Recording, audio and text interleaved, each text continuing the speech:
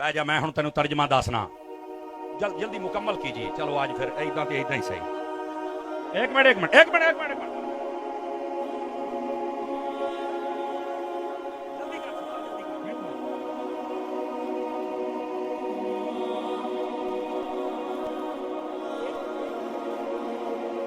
بندہ یہ کہہ رہا جی سوال یہ لکھا ہے کو مرزے دا متاثر ادھر میں بھی پڑھنا نا تینوں او یار میری سننا او یار اگے بھی ایداں دے روڑے پے سن تے او ہن بندے روندے پھردے نے تے تو بھائی چپ کر محفل تقریر نہ خراب کر. بیٹھ جا ادھر شرم کرے یا کر. میں ہن قرآن تو پڑھ لینا چوڑ جاندی ہے کسے مدرسے تو پڑھیا نہیں کم ویکھ لا تو اپنے چگڑ جاندی تینوں شاہ صاحب کہندے نے تینوں شرم نہیں آوندی بھائی. ہن سن تیرا میں سارے سوال کہندا جی اللہ نے قرآن فرمایا مردے نہیں سن سکتے ادھر قیامت تک نہیں سن سکتے. ادھر آ ہوں میں تینوں دسنا. بہ جا او بہ نا اے ویکھو اے دا ہن میں آپریشن کرن لگیا جے آپریشن اور کس طرح اے ویکھی ادھر ایک منٹ اوے ادھر ویکھو اللہ نے قرآن فرمایا ولا تقولوا لمن يقتل في سبيل الله اموات بل احياء فرمایا. ایک منٹ سنیا جے اے ہن مولوی صاحب نو میں جواب پہ دینا. اللہ نے قرآن مجید برہان رشید میں فرمایا جو شہید ہو جائے اسے مردہ نہیں کہنا. ایک منٹ مردہ زندہ ہوتا ہے. اچھا دوسری سنیا جائے یہ بات ہے کہ یہ شہید سنتا یا نہیں سنتا. اگر یہ حدیث پاک اور تقریر نہ خراب کر ایمی کھلے نہ کھا لی اگے میں میک بڑے دیتے نے ہن میں لتر ماراں گا. ادھر سن چبڑے جاندی ہے تینوں سمجھ نہیں آؤندی میں کی کہندا پیا. کھچ دی کھچ وڑ گیا تو مجمع دے وچ بکواس کرنے کی بات نہیں ہے. بیٹھ جا میرا پتر بیٹھ جا. اے ہن سن ایتھے بیٹھ تواڈے ورگیاں 100 چبڑاں ویکھیاں ایڈی سونی تقریر ہوئی تو کھچا مارنا ہے. بکواس کرتے ہیں آ کے تیرے ورگے شکل ویکھو یار دی. ادھر دیکھ یار مردے نہیں سنتے. نبی پاک نے یہ کیوں فرمایا تھا؟ میرے نبی نے فرمایا احد والے سارے شہید ہیں قیامت تک کے لیے جو ان کو سلام کرے گا یہ سنیں گے بھی جواب بھی دیں گے. اور تینوں جھوٹے سے ہی سمجھ آئیے یا نبی پاک نو سمجھ آئیے چبڑا مار دے ہو. اور پھر دوسری دلیل بھی سنو. صحیح بخاری شریف میں نبی پاک علیہ السلام نے فرمایا جس دن اے مسلم دے اندر بھی ہے جس دن نبی پاک صلی اللہ علیہ وسلم آپ نے مکے کو بدر والے دن آپ سارے کافروں کو مار کے آپ نے گڑے میں ڈالا نا کہ نبی پاک نا گڑے تے کھلو کے کہندے ہاں بھئی ابو جہل دس ہوئے تیرے نال کی بنیا. ہاں بھیا اوے امیہ دس تیرے نال کی بنیا. کہ حضرت عمر بن خطاب نے آکھا یہ تو مر موک گئے نے اسی وڈ چھڑیا تے بھی سن دے نے. میرے نبی نے فرمایا ہاں یہ سنتے ہیں. اوے اس بدھو نو دسو جھوٹ نو اگر کافر سن سکتا ہے تو میرا داتا بھی سن سکتا ہے.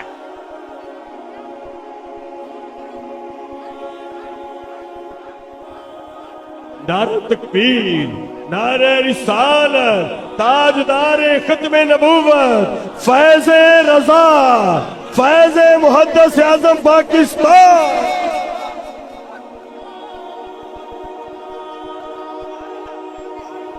اللہ تعالیٰ آپ کو برکت دے. فیصلہ باد والے ہو سنیت حق ادا کر چھڑے آجے جزاک اللہ. تو میں یہ بتا رہا ہوں اور یار میں نو ایک گل دا جواب دینا جے اگر مرنے والا زندہ نہیں ہو سکتا تو نیزے پر چڑھ کر حسین نے قرآن کیسے پڑھا تھا؟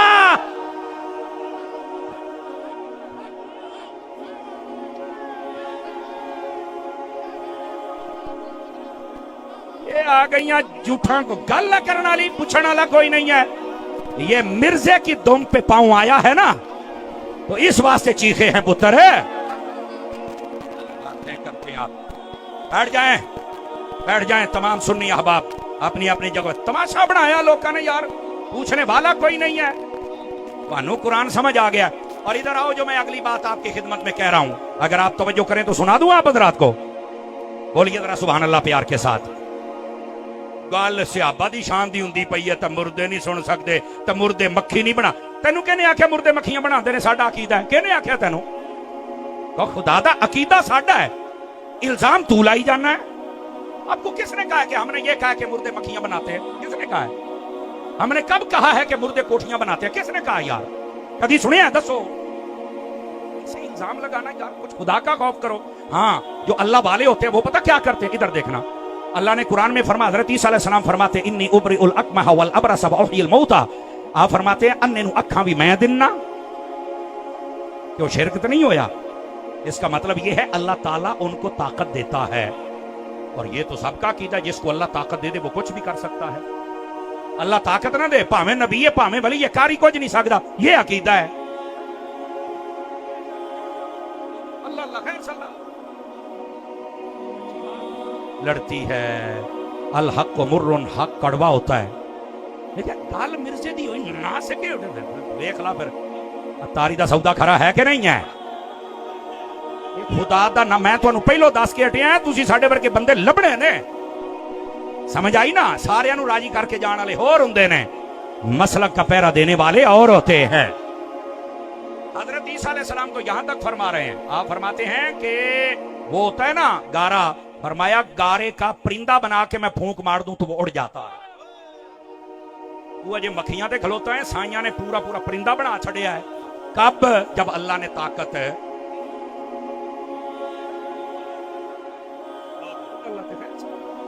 خدا کا خوف کرو یار, بندوں کو خدا سے ملا رہے تو شرم نہیں آتی؟ لوگوں پر الزام لگاتے ہو, شرم نہیں آتی؟ یہ ہمارا عقیدہ نہیں ہے. ہمارا عقیدہ یا قرآن میں ہے یا حضور کے فرمان میں ہے. ہاں باقی مردے نہیں سن دے. میں کہا انہیں تے راضی ہیں یا تینوں اگے بھی حدیث پڑھا, نبی پاک نے فرمایا جب بھی قبرستان جانا تو چل کے کہنا ہے السلام علیکم یا اہل القبور. تے جے سن دے نہیں تے سلام مٹی دیاں ٹھیریاں نو کہن دے. تو پھر میرا عقیدہ یہ ہے, اگر تیرا نانا مر جائے تو سلام آ کے تے سن سکتا ہے, حسین دا نانا سلام نہیں سن سکتا. سبحان اللہ. توجہ ہے نا, اس واسطے جاگو. جو اب میں جو بات عرض کر رہا ہوں, حضرت امام احمد بن حنبل یہ جو مرزا جیل میں کمرے میں باندھا ہوا ہے صحابہ کرام کے خلاف بک بک کرتا ہے, اب ذرا اس کا کوئی متاثرہ اور بھی بیٹھا ہے تو ذرا دسیا جائے. سمجھ آئی نا؟ حالانکہ اگے اگے ہوندا سی میں سپیکر دے دیندا سی, ہن نہیں. ہن میں یقین کرو میں نال ڈانگ رکھنی ہوں. تماشا بنایا ہے لوکاں نے 5 لاکھ روپیہ محفل چلایا سانو سنن واسطے, تیرے ورگی جھوٹ نو نہیں. ایڈا شوق ہی اپنا کو مولوی لے کے آتے نو دسیے مولویاں نہ پیڑ کیویں پیندا ہوندا ہے.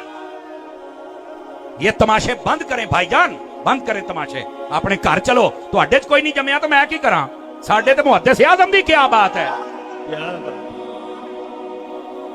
سنو نبی پاک صلی اللہ علیہ وسلم کیا فرما رہے ہیں صحابہ کرام کے بارے میں. جاگ رہے ہو تو سناما حدیث ہے, تگڑے ہو. وہ نبی پاک نے فرمایا اللہ اللہ فی اصحابی لا تتخذوهم غرضا بعدی فمن احبهم فبحبی احبهم ومن ابغضهم فببغضی ابغضهم ومن آذاهم فقد آذانی ومن آذانی فقد آذى الله ومن آذى الله یوشک ان یأخذه.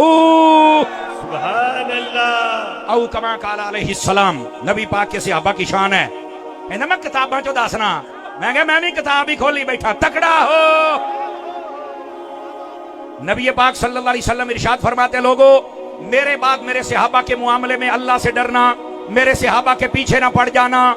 میرے صحابہ سے جو محبت کرے گا اس بات کی دلیل ہے کہ وہ مجھ مصطفیٰ سے بھی محبت کرتا ہے, اور میرے صحابہ سے جو بغض رکھے گا اس بات کی دلیل ہے کہ وہ مجھ مصطفیٰ سے بھی بغض رکھتا ہے. اب دیکھو صحابہ کا پیار نبی کا پیار, صحابہ کا بغض نبی کا پیار کرنا یہ یا بغض کرنا جی, یہ حدیث بتا رہی. اور آگے فرما جس نے صحابہ کو تکلیف دی اس نے مجھے تکلیف دی, اور جس نے مجھے تکلیف دی اس نے اللہ کو تکلیف دی, اور جس نے اللہ کو تکلیف دی ان قریب اچک لیا جائے گا. اور اس کا مطلب پتہ کیا ہے؟ اللہ ہدایت ہی چھین لیتا ہے, اللہ تعالیٰ ادب ہی چھین لیتا ہے. سمجھ آ رہی میری بات کی؟ اور میں آپ کو بتا رہا ہوں کبھی بے ادب نہ بننا. قرآن مجید برہان رشید پڑھ کر احادیث پڑھ کر غلط مطلب بیان کرتے ہو اور بے ادب بنتے ہو اور لوگوں کو بناتے ہو, جبکہ قرآن و حدیث بتا رہی ہے کہ نبی پاک کے صحابہ ہوں یا اہل بیت ہوں, ان کا مقام اور رتبہ یہ ہے کہ کبھی بھی نہ ان کو تکلیف دینی ہے نہ غلط بات کہنی ہے. بلکہ دوسری حدیث میں سنا رہا ہوں, نبی پاک صلی اللہ علیہ وسلم آپ نے ارشاد فرمایا, توجہ میری طرف رکھیے گا. میرے آقا کریم علیہ السلام ارشاد فرماتے ہیں من سب اصحابی فعلیہ لعنت اللہ والملائکۃ والناس اجمعین لا یقبل اللہ منہ صرفا ولا عدلا. ترجمہ سنیے, نبی پاک صلی اللہ علیہ وسلم آپ ارشاد فرماتے لوگو میرے صحابہ کو کبھی گالی نہ دینا, برا نہ کہنا, ان کی بے ادبی نہ کرنا. کیوں؟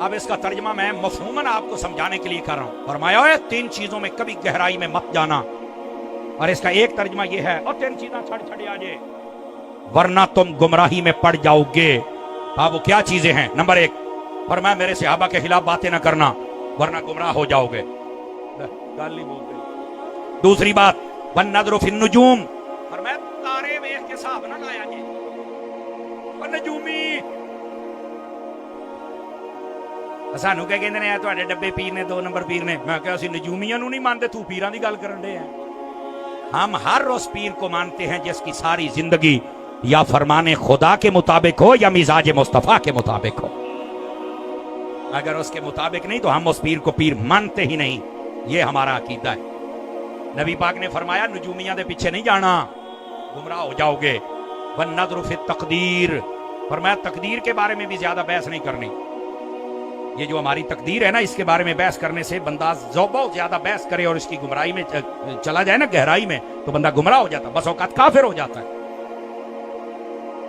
آپ کو پتا ہے اس کا کیا مطلب ہے؟ میں تھوڑا ایک مسئلہ سمجھا دوں. تقدیر کے بارے میں ہمارا مسئلہ یہ ہے, عقیدہ یہ ہے, جیسا ہم کرنے والے تھے اللہ نے ویسا لکھ دیا ہے. لیکن پھر موٹی موٹی تقدیر کی 2 قسمیں ہوتی ہیں. ایک ہوتی ہے مبرم حقیقی, ایک ہوتی ہے مبرم معلق. ایک معلق اور ایک مبرم حقیقی. اور جو مبرم حقیقی ہوتی ہے وہ بدل نہیں سکتی. جی میں مرنا ہے, یہ ہو ہی نہیں سکتا کہ یہ بدل جائے. میں مرنا تے مرنا ہے, تسی مرنا تے مرنا ہے. نہیں توجہ فرما رہے نا, یہ ہماری تقدیر میں لکھا ہوا ہے اور یہ ہونا ہی ہونا. کبھی بدل ہے اٹل فیصلہ, اور جو اللہ کے علم میں اٹل ہے وہ کبھی بدل سکتا, بولو نا. اچھا, دوسرا فیصلہ وہ ہوتا ہے جس کو کہتے ہیں معلق. معلق کا کیا مطلب ہوتا ہے؟ کہ کسی نہ کسی چیز پر لٹکایا جاتا ہے اس کو. کیا مطلب؟ اللہ نے اس بندے کے نصیبوں میں یہ لکھا ہوتا ہے کہ یہ اگر نمازی بن جائے, صالح بن جائے, مجھے سجدہ کر لے, صدقہ و خیرات کر لے, تو ہم اس کی مصیبت ٹال دیں گے. جیسے نبی پاک نے فرمایا صدقہ بلاؤں کو ٹالتا ہے, تو کوئی ہنے آکھے نہیں جب تو ساڑیاں نصیبہ جی لکھا تو صدقہ کیوں دئیے, گمراہ ہو جاؤ. بالکل نبی پاک صلی اللہ علیہ وسلم کے فرمان کی مخالفت نہیں کرنی, تقدیر کی مخالفت. حضرت مولا علی کی بات سناؤں آپ حضرات, بولو نا یار. حضرت مولا علی شیر خدا رضی اللہ تعالیٰ عنہ, آپ کے پاس ایک بندہ آیا, انہیں آ کے حضرت گالے بے بھائی یہ ہر کام ساڑی تقدیر چ لکھیا ہے, تے پھر آپ دعا کیوں کرنے ہیں؟ اے جی اے دعا کر دیو, اے دعا کر دیو, اے دعا کر دیو, کیوں کرنے ہیں؟